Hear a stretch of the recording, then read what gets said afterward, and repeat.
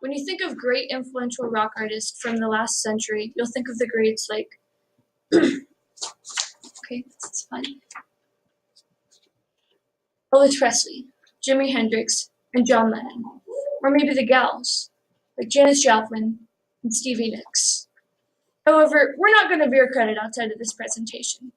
Yes, they did shape rock music into what it was today. And God, yes, did they just help with the sound and everything about the evolution of it. But today we're going to be talking about Chris Cornell and why I believe that he is truly the most influential rock artist of this century. Points that we'll be going over are, of course, going to be his early childhood life and his rise to stardom, his innovation in Seattle and his influence in his work with grunge music and what it has formed today, and of course, lastly, his works and the impact that it's had on the community. According to his Wikipedia, Chris was born as Christopher John Boyle, July 20th of 1964. He was born into a fairly larger family, and his mother was, of course, not the best, and she forced him and his oldest younger sister into Catholic school, where he actually made his first live performance, and he loved it. But then, a month after, she dragged him out of it, claiming that he was too inquisitive and he was on the brink of being kicked out anyway. This definitely reflects in his lyrics.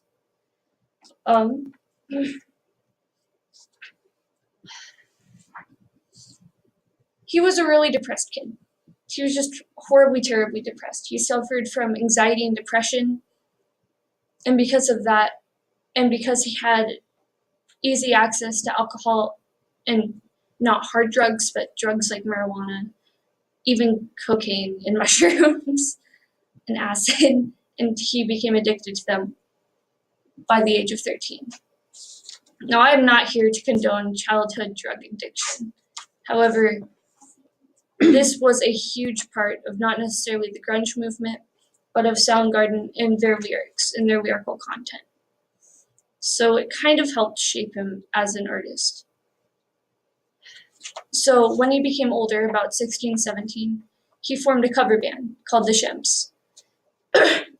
They stayed together for about 2 years, and then after that, they broke up, but Chris remained in contact with bassist Hiro Yamamoto, and they formed the world's best grunge band, Soundgarden.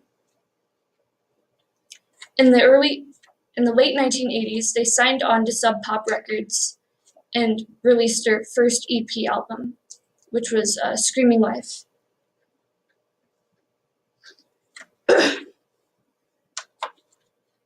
So now that we've learned about his early childhood and of course his rise to stardom, I'm going to tell you about his innovations in Seattle and his work with grunge music. Now, some people may say that Nirvana was actually a more popular and more accredited grunge band. However, I'm here to tell you that's not true. According to Dave Grohl, the drummer of Nirvana, when speaking about, of course, their most famous song, Black Hole Sun, it says, "Black Hole Sun," Grohl remarks, "It was so much more melodically sophisticated than anything any of the other grunge bands in Seattle were doing. It was a big deal." And that's according to progarchy.com, which is a music base. And then even Eddie Vedder, frontman of Pearl Jam, had great things to say about him. He said that he's the best singer that we got on the planet. Chris and Eddie were actually really great friends, and he helped inspire him to create his own band when he moved in right next door to him. He even got him his own his backing vocal spot in their collaboration band Temple of the Dog. And then Chris was a co-producer of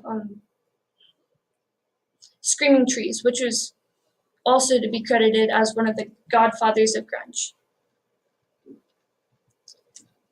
So now that we've learned about his innovations in Seattle, and of course his work with grunge music, I'm going to tell you personally about his own works.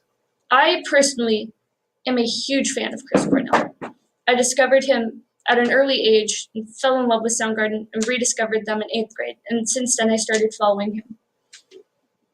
So it is my great pleasure to tell you that he's not just about hard rock music and about grunge music, which isn't necessarily pleasing to everyone's ear, but he also has a lighter side to his music.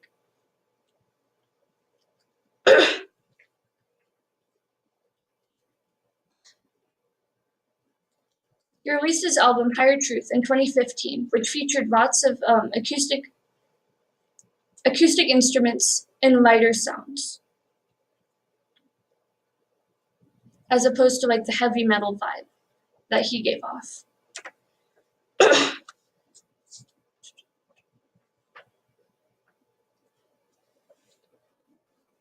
And as for its effect on the community, well, he died last year, May 18th, 2017.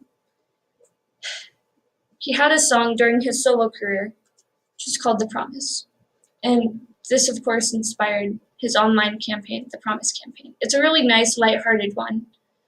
You record yourself making a promise to yourself, saying a goal, or just something nice that you want to do for your community, and you post it. And since his death, that online community has just spiked in popularity, and over millions of videos have been made by thousands of fans all over the world. And I'm certain that if he could be here, he would see and be smiling down upon his fans and the work that he's done for his community. I know that many of you may not care. However, I hope that I may have convinced you that Chris Cornell is truly one of the most influential rock artists of this century. Through his early childhood and his rise to stardom, through his works in Seattle, and his work with the Seattle grunge movement in the early 90s to the late 90s, and of course in his own work and the impact that it's had on the community. I believe the man was a legend, and may he be remembered as one. Thank you.